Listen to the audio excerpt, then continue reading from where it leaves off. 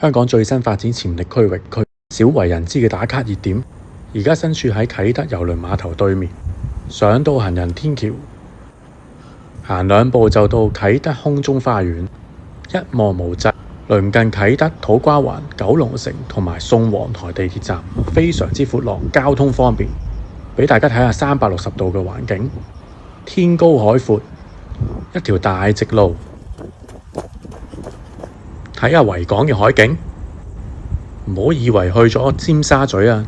而家身處嘅地方就係香港最新嘅發展區啟德，即係香港舊機場九龍城附近，集啟德郵輪碼頭休憩、娛樂、購物、大型體育設施，全港優良校網，全港最新豪宅區域，遠望就見到全港最靚嘅夜景。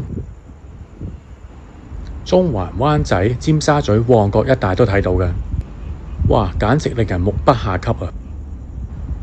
我哋再向前行睇下，哇！真係好大好空曠啊！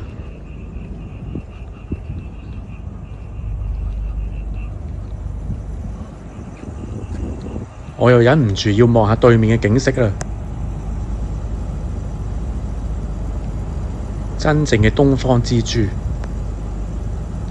香港五光十色、燦爛嘅夜景，萬家燈火就好似一粒明珠一樣。呢度仲可以跑步放狗添啊！認真唔錯啊！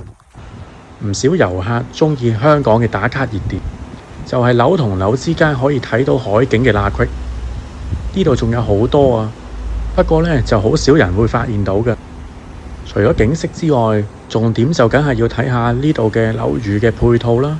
好靚嘅泳池喎，附近嘅住宅真係有氣派啊，高聳入雲。大家睇下幾宏偉，就好似身處高級嘅酒店同埋旅館一樣。呢度仲係寵物共融㗎。話咁快又見到一個網紅打卡熱點啦，又可以嚟影下相打下卡啦。樓下就係巴士站，真係認真方便啊！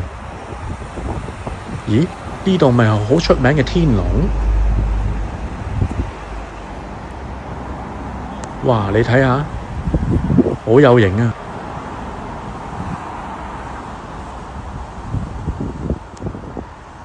我最鍾意呢就係睇夜景㗎喇，對住大海睇下啲船，吹下海風，真係好寫意啊！